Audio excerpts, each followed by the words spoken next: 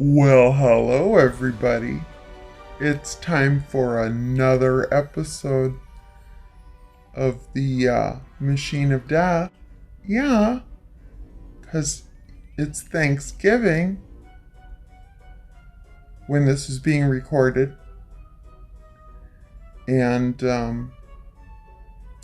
be thankful that we're alive and that we don't have to deal with this. Yeah. Okay. Anyway, it's not a horrible one as far as they go. Yeah. Okay. Enjoy. Question mark.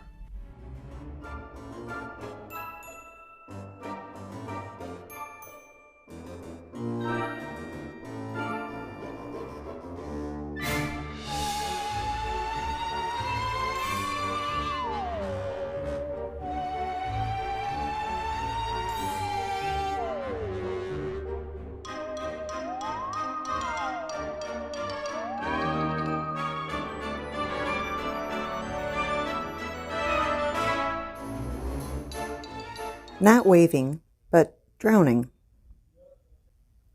Everyone knows that the fourth day of ninth grade is when you get your results. I mean, that's the way it happens in our town. Other towns do it differently.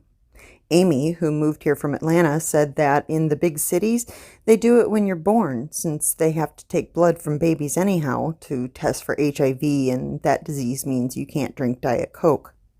She says she's going to be shot in a botched robbery, but I think she's lying.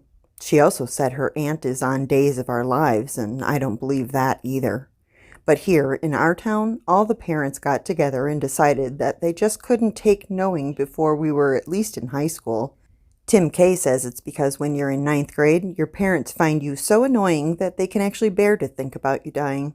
Alicia thinks it's because when you're our age, you think you're immortal and they want to scare it out of us.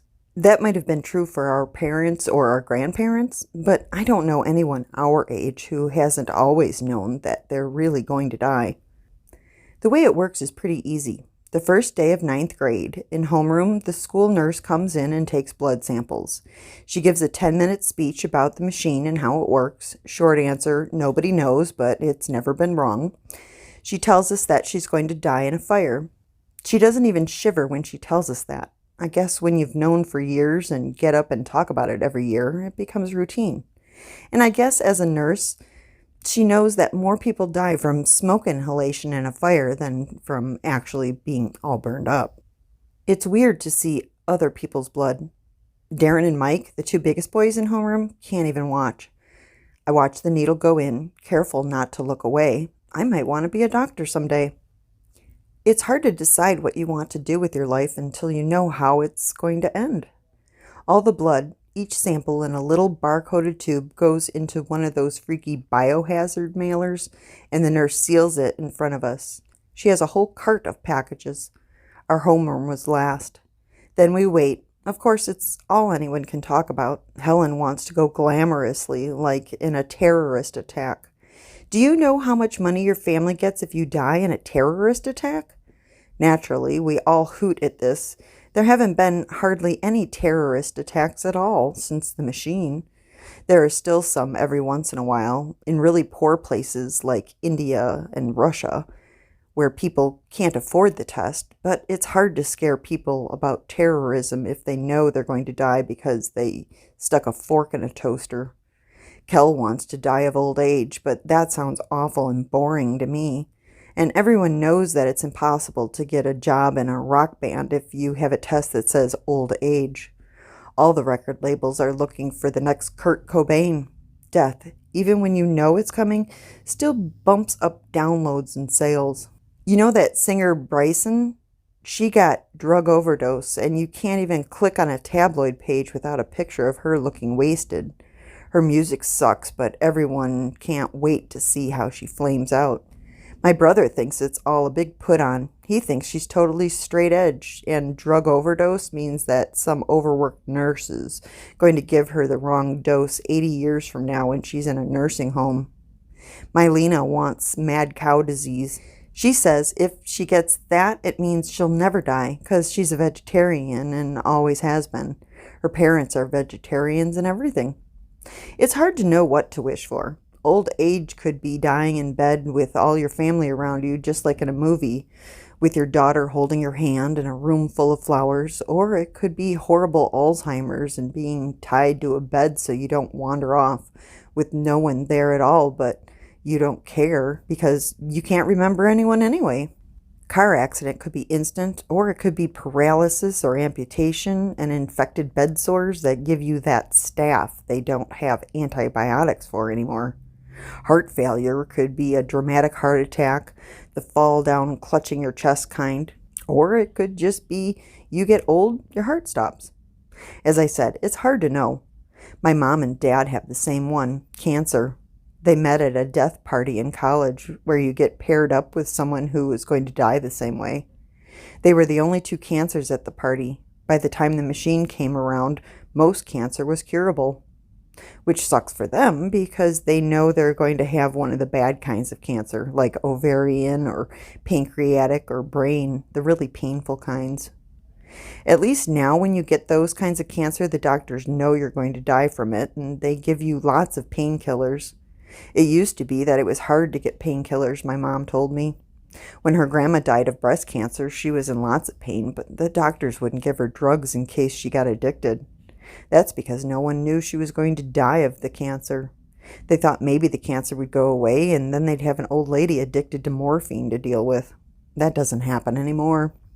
My brother just got accident, which freaks him out. It freaked us all out.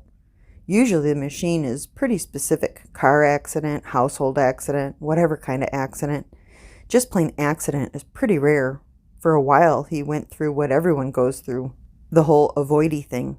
He put grab bars in our shower. He walked to school instead of riding the bus or his bike or driving. He was really worried that it would keep him from becoming a pilot, which is what he really wants to do. But then he talked to a recruiter, and the guy said they don't really pay attention to that so much. He said so many pilots actually have plane crash that he knows 10 guys personally who are nicknamed Crash. It's like a macho thing to get in that plane every day knowing you're going to die in a crash. Of course, most of them crash flying their own personal mini planes, not the jets. My grandmas are both dead. One died before the machine, just had an aneurysm. The other grandma, my dad's mom, she was one of the first ones to use the machine in their town. Her ticket said suicide. My dad said she didn't tell anyone she was having the test. She just waited for all of them, my dad, his sister, his dad, to leave the house the next day, and then she took 2 bottles of sleeping pills. They didn't even know she had them. She got the prescriptions in another town and had been saving them. She didn't leave a real note. She just wrote, "I'm sorry, I knew it," on her machine report and left it on the table. My grandpa, her husband, he's never taken the test. He says that it's wrong to know and that the whole human race is going to descend into mediocrity because of it. He talks like that a lot. He says that the fear of death, coupled with its unpredictability, is what drives humanity to achieve. He likes to talk about how there haven't been any real scientific advances since the machine. He says everyone is too busy spending time with their families and enjoying life to do any real work. Then he laughs and lights another cigarette. He's the only person I know who smokes. It's crazy old-fashioned, like wearing a monocle or having a gas-powered car. He can't even buy them in town anymore. He has to have them imported from India. Once they shipped him the wrong brand and he had to smoke bright pink ones for a week until he got more. The pack played this loud Bollywood song whenever he opened it. That was even funnier. My other grandpa, my mom's dad, is going to die from pneumonia. He says his goal is to put it off as long as possible. He always gets a flu shot. He drinks all this horrible green vitamin juice powder stuff, and he exercises more than anyone I know. We all tease him about it, but he says he's going to be the world's oldest pneumonia victim. I don't really know too much about other people's tickets. Most people don't talk about it. It's hard to know what to say when you find out someone's going to be shot or hit by a car or fall from a height. You either find yourself saying, "That's not so bad," or you just talk about something else. It's kind of rude to ask someone that you don't know well. And since it's so vague, sometimes it's hard to know what to do. I heard that there was this girl in Charlotte, one of the first people to get the test, and her ticket said she'd die at graduation. So she wore black all through high school, really gothed out. She was like queen of the goths. And her graduation came and went and nothing happened. College too. She went to law school, nothing. I heard she finally died driving across a totally different campus, and the crane that was putting up the graduation reception tent backed into her car. I know this is probably an urban legend, but I don't want to snope it and find out. Some people you do know how they'll die, like if they're famous. Famous people's tickets always get out. Someone they told will tell the tabloid pages. I've heard they pay a lot of money for famous tickets. Politicians have to disclose it. One guy who was running for governor in Tennessee faked his. His really said shot by a hooker, and he got it to read stroke. Of course, someone sold that story. Now the politicians have to have their tests taken in public and read right there. That one movie actress, the really pretty one, what's her name? Her ticket actually says broken heart. I've never heard of anyone else having that one. Of course, people didn't believe her, so she went on TV and had her test retaken, and there it was. She's always being paired with her co-stars in the tabloids, like she'll be in a movie with some guy and the headline will read, "Will he be the one to kill her?" She just laughs it off, but I'd be afraid. You can't help falling in love, right? It's not like you can have a grab bar for going on dates. The day you get your results back, there aren't any classes. You just show up for homeroom. They call you in one by one to another room to get your ticket. And then you just go home. Lots of people's parents take the day off. If they're really dorky, they meet you at school. You can't really hang around after, although everyone's texting each other on their phones. Not asking outright, just, "You okay?" Lots of people don't talk about theirs, and that's cool. The teachers discourage it for the most part, and sometimes your parents get mad if you tell somebody. There was this girl, Julia, in my brother's class, and hers said AIDS. She told just one person, her best friend, and then they had a fight, and that girl spread it all over school. They wrote "slut" on her locker and stuffed it full of condoms. It was awful. Her folks didn't know what to do. Finally, they just moved. I think they live in Asheville now. Maybe she even changed her name. When they called me, I felt a little nervous, like everyone knows they're going to die, but it's still a wobbly feeling to find out exactly how. My knees felt like they wanted to bend the wrong way, and I almost tripped getting out of my chair. I grabbed my bag and waved to Kells. She mouthed, "Old age," at me and gave me a thumbs up. I smiled back. I went into the room and sat down, and the counselor made me go through the whole routine. I had to tell him my social twice. I had to do the iris scanner, both eyes. I had to show him the waiver from my parents that allowed him to tell me without them present. And I had to sign a form allowing him to tell me, period, and releasing the test people from liability.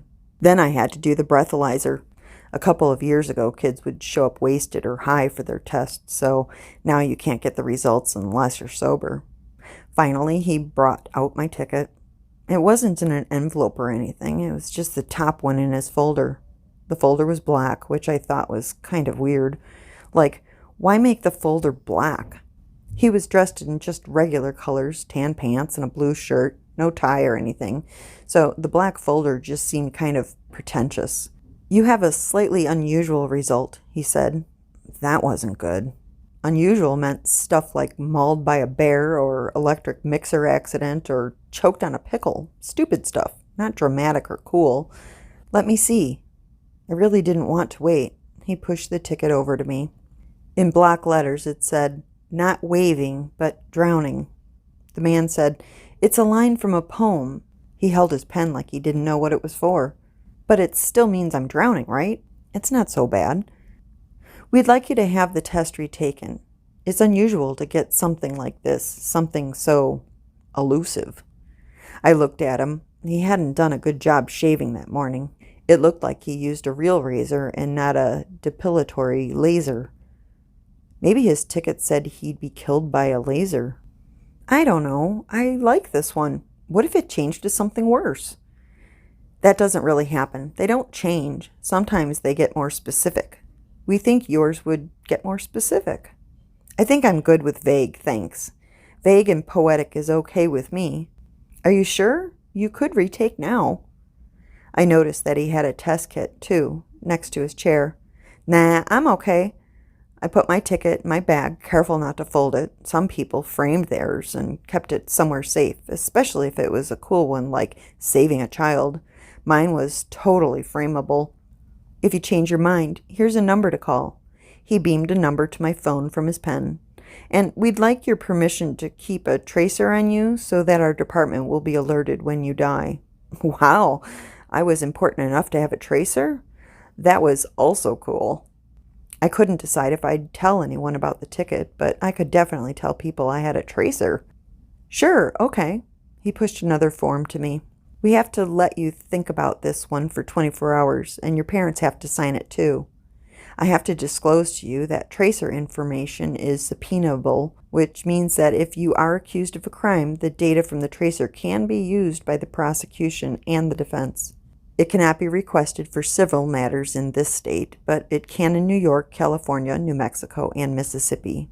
You can drop off the form in homeroom tomorrow, or you can ping us if you sign it earlier and someone will come by to get it from you and your parents. He stood up, so I got up too. He shook my hand. I think you are a remarkable young woman, he said, like he didn't say that to everyone. Please use this knowledge to focus and direct your life and to live while you can.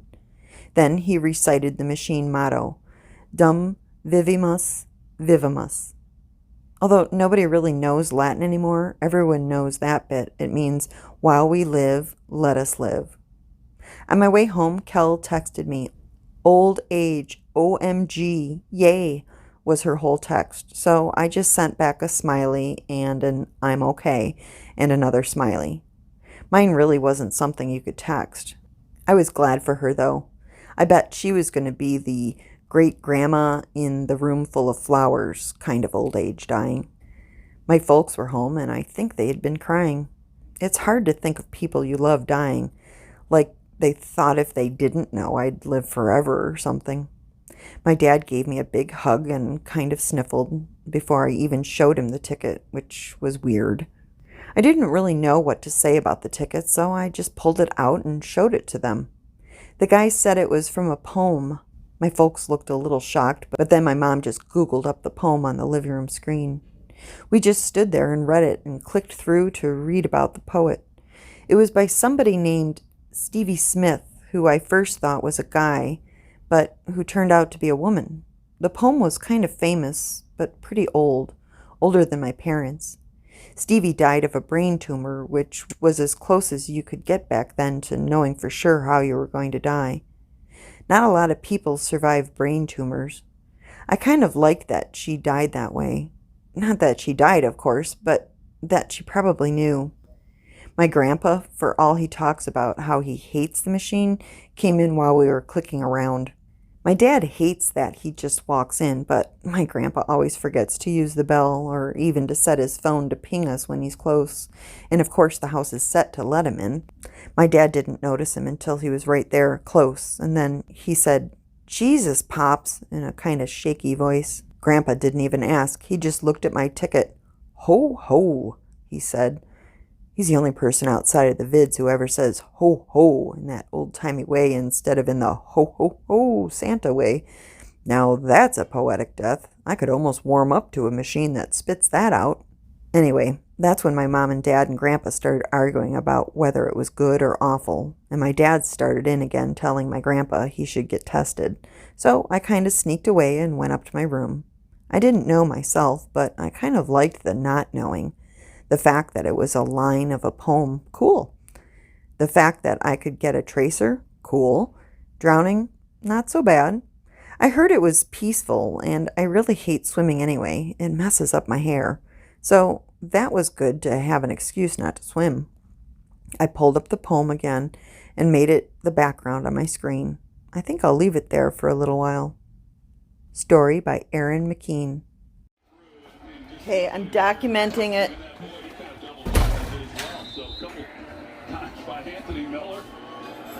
Here's the chef.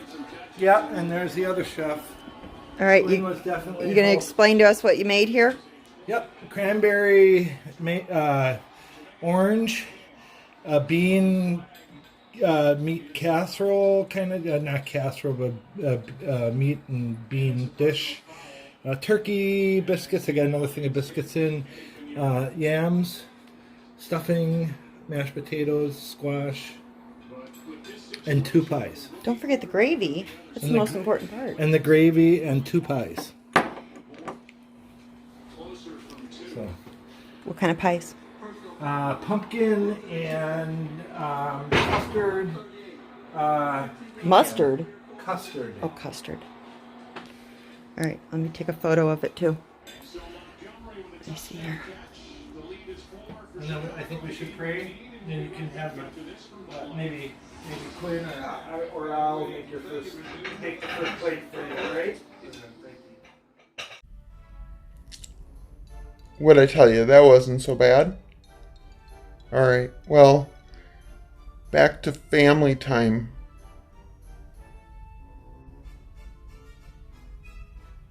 We had to clean the house on top of everything else. Whatever. Thankfully it's clean. Okay, see you guys in the next one.